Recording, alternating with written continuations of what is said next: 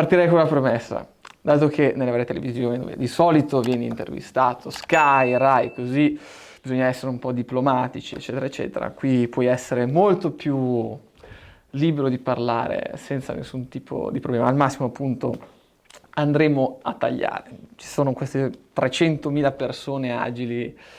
Oh, vabbè. Adesso faccio io una Vabbè, premessa, che l'ultima delle cose che pensavo mi potessero succedere questo. è di essere intervistato da mio figlio. Perfetto.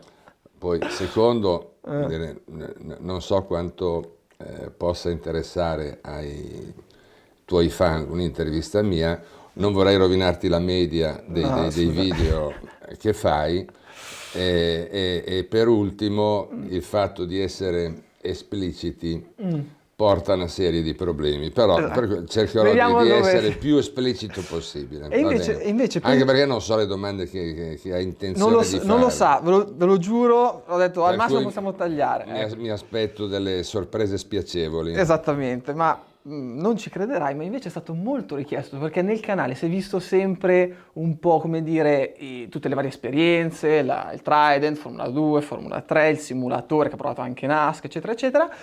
Ma la tua figura è sempre rimasta un po' nell'ombra, un po' fumosa dietro a tutto questo e c'era, come dire, molta curiosità, molta curiosità. Quindi direi di partire proprio dal principio, come sia passato dal nulla, perché alla fine, a quanto ricordo, anch'io facevi le feste, diciamo, nella scuola, no? Dove si chiedeva un chip per entrare, mettiamola così, e grazie alla fidanzata dei tempi, salutiamo la fidanzata dei tempi, La grazie. fidanzata del tempo, poi la vita ti porta a fare delle... Tu non te ne rendi conto quando vivi queste esperienze, ma le esperienze che fai soprattutto da giovane poi indirizzano la tua vita. Ma anche, Io al tempo avevo, ho frequentato il liceo classico Carducci e la mia prima fidanzatina era figlia di un discografico e questa è una bella, cioè, bella botta di fortuna, in senso. beh Eh, sì, ma intendo dire mi ha un po' introdotto in ambiente, però poi al di là di mandarmi degli artisti gratuitamente a ringraziamo fare, sempre.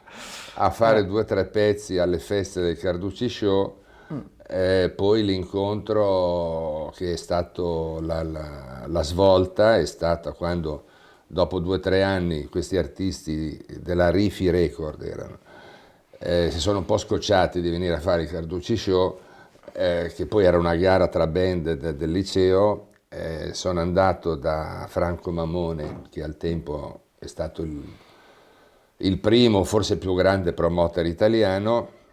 Lui aveva al tempo la Formula 3 e gli ho chiesto di mandarmi degli artisti gratis e ovviamente mi ha mandato a quel paese, eufemisticamente. Però io a quel tempo già lavoravo in tutte le scuole di Milano, avevo dei rappresentanti e lui stava organizzando il primo tour di un artista estero, erano i Jethro Tull. E allora ha iniziato una collaborazione perché non esistevano le prevendite, i biglietti per i concerti si vendevano nelle scuole e abbiamo iniziato questa collaborazione che è andata avanti per parecchi anni. E dalla musica uno si chiede, immagino, perché le macchine, cioè la passione e tutto il Le resto. macchine perché quella è una passione che hai o non hai. Il mio sogno da bambino era correre in macchina, ovviamente non c'era Una una lira. lira, e per cui ho iniziato la mia carriera a 27-28 anni nella Coppa Renault, perché a quel periodo lì avevo 2 lire e sono riuscito a pagarmi il campionato e da lì è nato poi tutte le conoscenze e quant'altro, perché dopo 2 anni di italiano ho fatto i risultati che mi pare fossero arrivare nei primi 6 per poter fare il campionato europeo e poi per tanti anni ho fatto l'europeo che correva alla mattina del Formula 1. Per cui quando sono andato a correre per la prima volta a A Monte Monte Carlo. Carlo, facendo le prove libere alle 6 della mattina, che albeggiava, per me era come camminare in paradiso. E da lì poi la pazza idea di creare un team. Molto Poi dopo. molto dopo, Molto perché dopo. poi io lì ho corso per 17 anni, fino a quando ho avuto un figlio, uno e unico. Che ti ha rotto le palle per parecchio tempo, quindi poi c'è stato No, quel lasso di e tempo. poi a dire, non avevo tempo e volevo insomma fare un po' il mestiere del papà. Allora è arrivato il momento di appendere il casco al chiodo, come si usa dire, e nel 94, mi pare, tu sei nato nel 92. 92, Per evitare quello. io 2 anni dopo ho smesso e ho smesso definitivamente, mi sono veramente disintossicato perché dopo aver corso 17 anni mi chiamavano gli amici, vieni a fare un test di qui di là e quando devo dire ho deciso di smettere ho smesso, non sono più entrato in autodromo, non ho più comprato autosprint, cioè ho No. solo frequentato i vecchi amici perché poi questo sport ancora oggi frequento, i più grandi amici arrivano da quelle esperienze lì. Purtroppo questo ambiente lo so bene anch'io, è una droga, quindi cioè, o Però io mi tagli. sono disintossicato, ho dato un taglio netto fino a che poi nel 2004, ma questa è un'altra storia lunga, insomma, però per farla breve, mi hanno chiamato tutto il giro della musica perché c'era Jimmy Bruni che correva in Formula 1 con la Minardi, che aveva una serie di problematiche di varia natura. Allora dei colleghi mi hanno chiamato dicendomi no Maurizio devi intervenire tu bla bla bla e insomma sono tornato in autodromo per lui. L'ho seguito per un anno ma facendo non da me, da supervisore. E poi quello era l'anno in cui Nasceva la GP2. nasceva la GP2, no, l'anno successivo. E l'unico sbocco che c'era era passare continuare a rimanere in ambiente in GP2 e siamo riusciti ad avere l'entry per correre c'erano 10 domande al tempo, però abbiamo fatto Mi ricordo che c'era la speranza della. sì, abbiamo entrati. telefonate, progetti, eccetera, eccetera. Che poi i 5 anni successivi quasi quasi si è detto era meglio forse non riuscire a entrare, No, perché è stato anche quella è stata una impegnativo. follia perché entrare da inesperto con team che facevano questo mestiere da tanti anni è stato sottovalutato, ma la fregatura è stata che alla seconda gara a Imola, team debuttante, abbiamo vinto e E lì da ci lì- siamo montati la testa. Classico. Hanno detto vabbè siamo arrivati noi, figurati, Spacchiamo tutto. spacchiamo E tutto. c'ero anch'io quel giorno. Vinse Jimmy Bruni a Davanti Imola, ad Hamilton. davanti a Hamilton e a Piquet se non ricordo male. Sì. Per cui fu una roba strabiliante. Poi in realtà lì ci è andata bene, ma non avevamo proprio il sistema, abbiamo vinto per una concatenazione di fatti, avevamo anche gli ingegneri buoni, però fare un team e farlo funzionare nel tempo con costanza è peggio che fare una squadra di No, calcio. poi io che ho visto la crescita del team dagli inizi, che detto sinceramente era molto Yam e Bell, così, a oggi sono tipo due mondi No, oggi completamente separati. poi è cambiato anche l'approccio, oggi anche noi facciamo ricerca, ogni tanto qualcuno che non capisce mi dice vabbè ma avete tutte le macchine uguali, le montate e poi. Grazie. Ma in realtà il setup, lo studio delle gomme, soprattutto lo studio delle gomme, è un lavoro folle. Vuol dire, è meglio che non stia a spiegare che cosa facciamo noi su questa. No, invece penso in stress. No, sì. Non si può. Questa cosa è una di quelle cose che bisognerebbe no. tagliare, quindi sorvoliamo. No. Però sono 2 anni che lavoriamo praticamente, abbiamo un settore che studia solamente quello ed è quello che oggi, ad esempio in Formula 3, ci fa stare davanti. No, Difatti, una domanda che mi viene fatta spesso è il perché in Formula 3 si è trovata, come dire, la ricetta vincente e in Formula 2 si fa più fatica. Premesso che fino all'anno scorso avevamo anche dei problemi tecnici, perché qui il processo è molto lungo, no? Se tu firmi dei responsabili per un anno, 2 anni, Sei fregato per quel...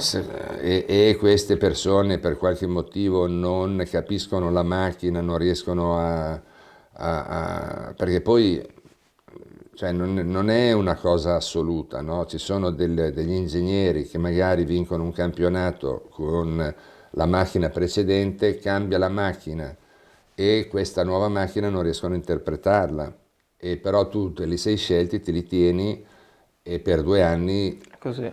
è così. Deve funzionare tutto alla perfezione, deve funzionare quello che fa l'ingegnere, deve funzionare tutta la squadra che ti prepara la macchina,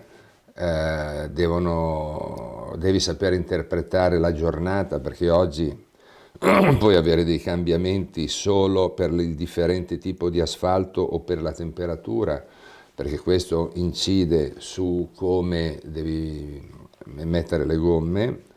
Cioè siamo arrivati a una sofisticazione che io credo la gente non Sì. immagina. E mentre pensi a un aneddoto divertente di questi anni in Formula 2, ti do il tempo di pensarci, ti faccio vedere delle immagini di personaggi che hai incontrato durante il percorso sia musicale che, come Vai, dire, automobilistico.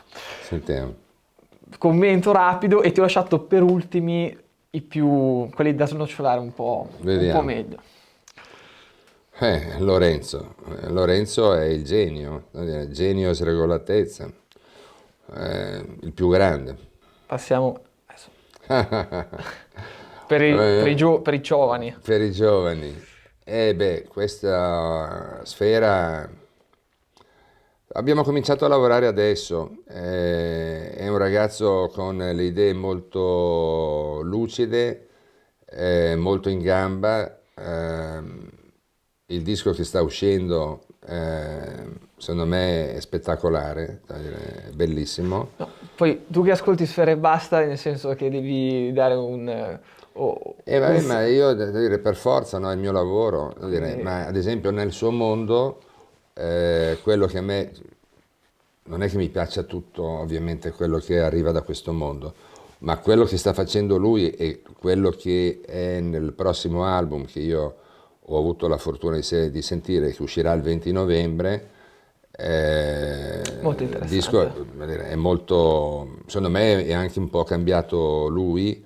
Stiamo studiando uno spettacolo straordinario che andrà in scena in teoria a settembre dell'anno prossimo, sperando che questa menata del Covid Lo sdrogo. abbia termine, perché vuol No, dire, il nostro ambiente è a pezzi. dobbiamo chiamarlo lo sdrogo, perché sennò mi demonetizzano il video. Ok. Grazie Dredd per come dire, la parola. Andiamo avanti. Qui il prossimo potremmo chiamarlo il capo della ditta demolizioni ai tempi, perché la ditta demolizioni a oggi siamo io e Alberto Nasca, però tu hai avuto il, il, Il grande il Maldonado. grande, il celeberrimo, nel senso.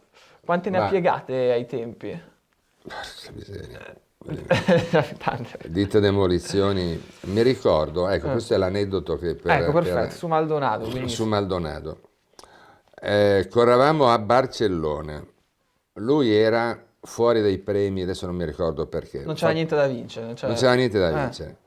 Ultimo giro, arriva cioè fa l'ultima curva per entrare, ma adesso non mi ricordo se era tipo, ma non lottava per niente, era decimo, qualcosa, perché poi sai, se lotti per l'8° posto, che il Parti giorno primo il dopo giorno sei dopo. in pole, e tanta roba. Ma lì era, allora,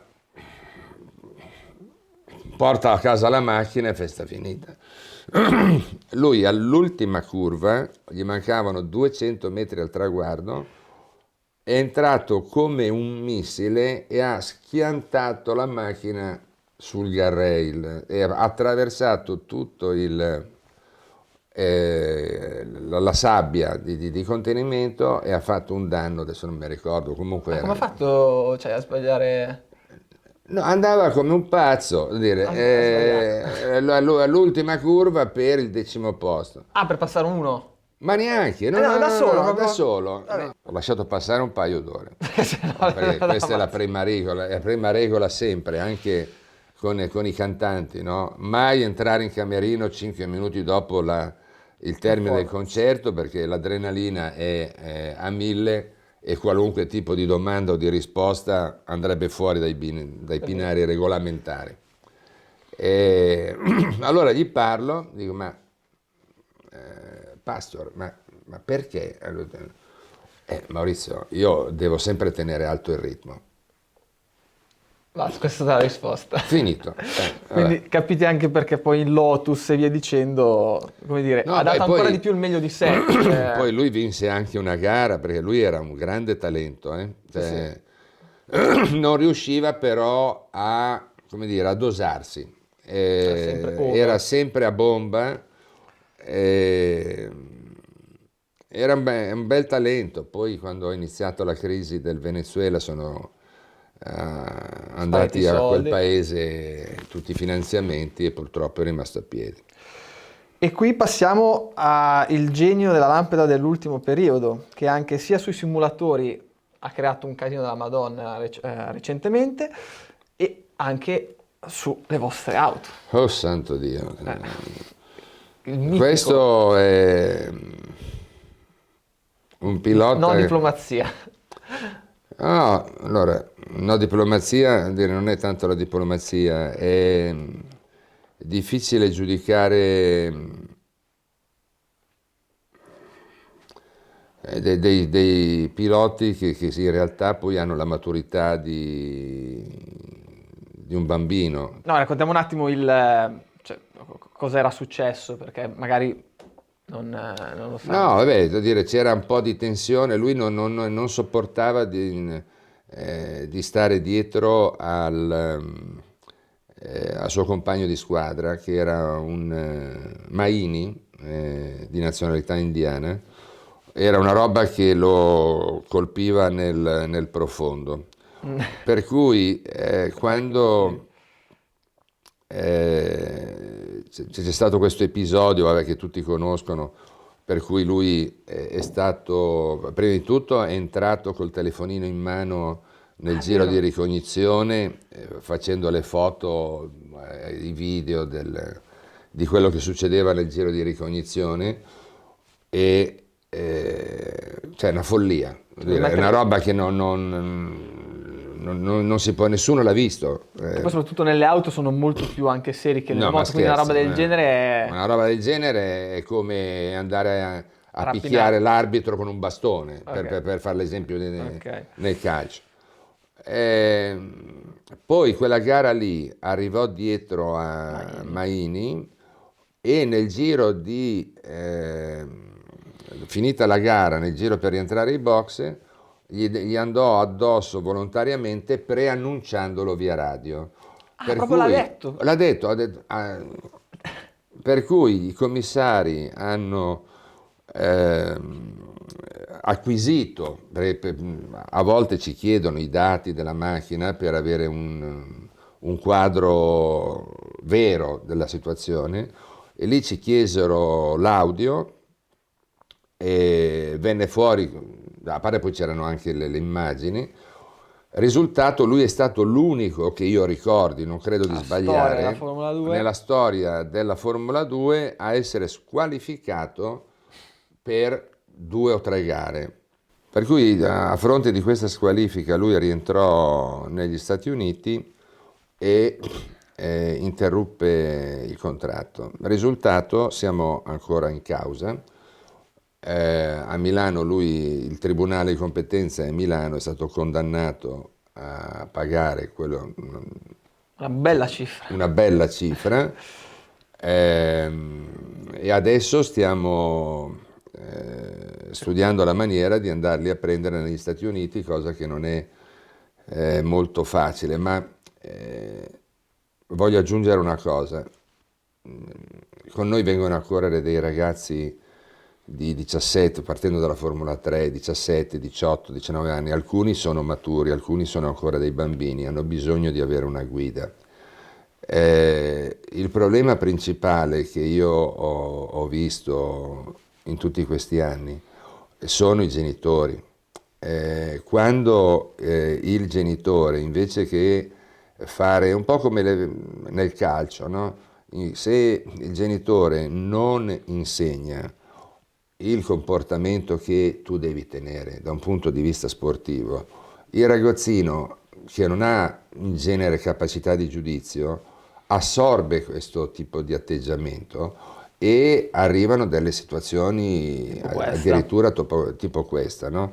Ehm, Devo dire che io quando faccio le scelte per i piloti da prendere, soprattutto in Formula 3, valuto il pilota, ma valuto pure il papà, C'è una o a doppia talvolta valutazione. la mamma, o talvolta la mamma. Allora, ci sono anche le mamme Perché? che Ma fanno... scherzi, ma Ecco, le perfetto. mamme arrivano con i capelli dritti, vogliono fare vanno a dare i consigli agli ingegneri. Io ho visto delle scene irripetibili, Eh, irripetibili. E per- lui purtroppo, a sua parziale discolpa, ha un papà che No, comico. inadeguato. Inadeguato, Usiamo dei termini. va bene. No, poi un'altra domanda che mi fanno e martellano come se non ci fosse un domani è perché non corri nell'azienda di famiglia? Quindi spieghiamo il perché, perché molti pensano che appunto uno ha un team di auto, scusa, quanto ci vuole? Il tuo team ci corri dentro, però il problema è che i budget sono abbastanza importanti e se io occupassi un Quello. posto ci sarebbe, come dire, una... Oggi dire, lo sport dell'automobilismo è sempre stato uno sport riservato a persone molto abbienti o a persone molto capaci che riescono ad avere dei budget che nel tempo sono ancora cresciuti.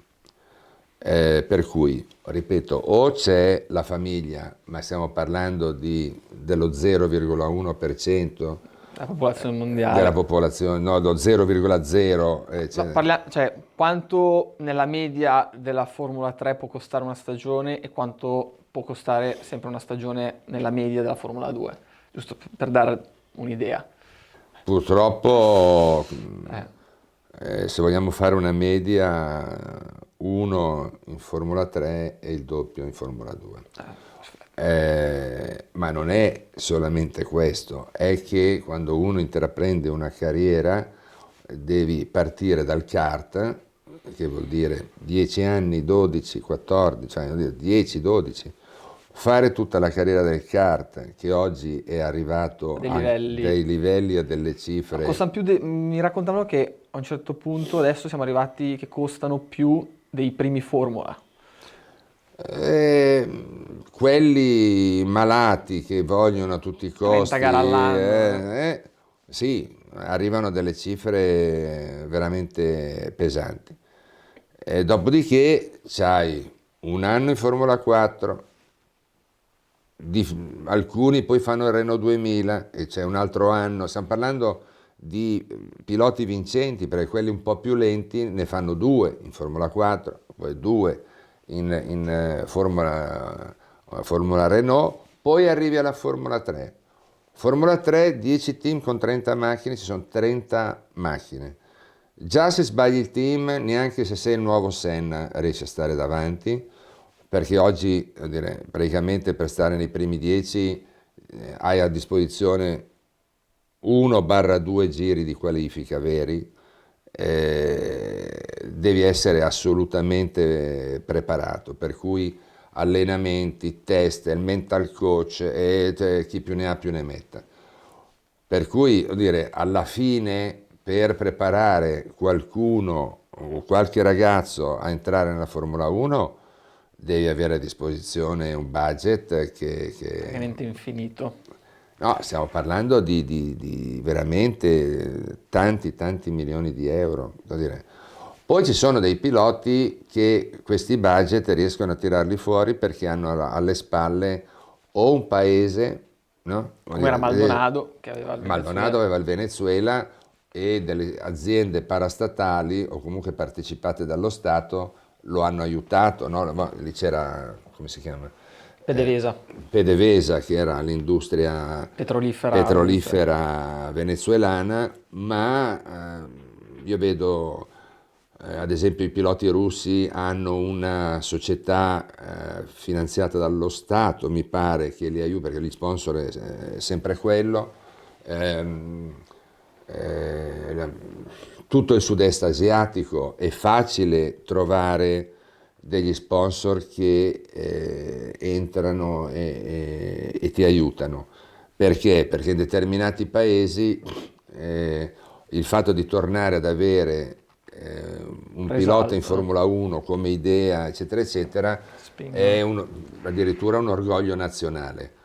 In Europa tutto questo Come al solito siamo gli sfigati. No, non è questione di sfigati, noi abbiamo avuto in Nostra certi epoca anni d'oro. più di 10 piloti in Formula 1, non è più per il nostro paese, certo, se c'è un pilota italiano è meglio, ma non è che questo faccia la differenza che il paese, quando arrivò in Formula 1 Perez, messicano, aiutato dalla società di telefonia Telmex, se non la sbaglio. Telmex, che poi opera in tutto anche il Sud America, perché Telmex aiuta i piloti messicani, ma aiuta anche i piloti sudamericani, perché loro sono la telefonia ufficiale, il principale player in molti paesi del Sud America, per cui per promozione e pubblicità mettono.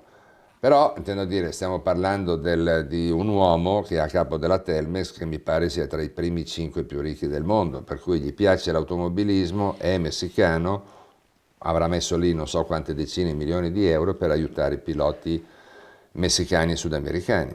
Beati loro, e direi di chiudere questa, diciamo, intervista con una domanda che forse non ti ho mai fatto.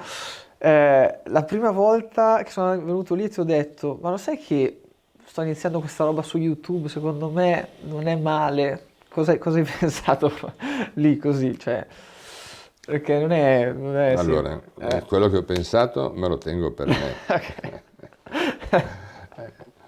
Ma devo dire che sono evidentemente contento che tu abbia trovato come dire, tu ti sei inventato un lavoro, questo a me mi fa piacere e sono anche orgoglioso di te perché hai fatto, tra I virgolette. complimenti non li fa mai, quindi prendete questa clip. No, lui si atteggia sempre a vittima, per cui voglio dire, questo fa parte del Esatto, fa gioco. parte del gioco, esatto. È In classico. realtà quando li merita i complimenti glieli faccio, il problema è che Molto se li merita poche volte non è colpa mia. Vedi, bastone e carota, perfetto. Esatto.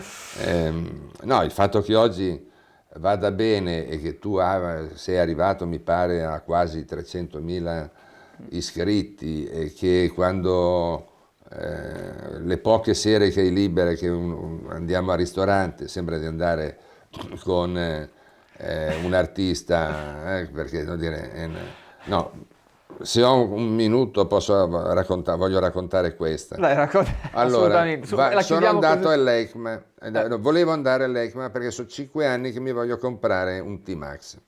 Allora No, Dio, ultima. Vabbè. lo chiamo e dico, Luca, ma mi dai una mano? Dai, consigliami. Peraltro non l'ho ancora comprato. Papà, però io sono occupato in questi giorni. Ho capito, lì, mezz'ora, non me la Addirittura. dai? E dico, sì. Allora guarda la sua nutrita agenda e mi dà appuntamento alle 2 di domenica, perché il sabato non aveva un minuto libero. Va bene, vado a trovarlo, lo trovo alla BMW circondato da una serie di fanciulle e ragazzi con cui Fanciulla. stava distribuendo autografi o non so che altro. Allora aspetto pazientemente 5 minuti e andiamo in un altro stand dove avevo visto dei T-Max, poi proviamo ad avviarci. Siccome mi aveva dato a disposizione mezz'ora, 40 minuti, Per fare 200 metri ci abbiamo messo un quarto d'ora perché ogni passo c'era la foto, l'autografo, la pacca sulle spalle. Quando siamo arrivati lì, che ci siamo fermati, gli ho detto: Luca, io ti ringrazio Sei stato dell'impegno, gentilissimo. vado avanti da solo. Per cui questo è l'aiuto che mi dà Luca quando ho bisogno di un favore, il che credo che succeda 2 o 3 volte all'anno. Perfetto, dato che quest'anno l'ECMA non ci sarà, potremmo guardare il tutto su internet senza, come dire, interruzioni di sorta. Quindi Bene. la chiudiamo qui, ragazzi, spero vi sia piaciuto. Ciao.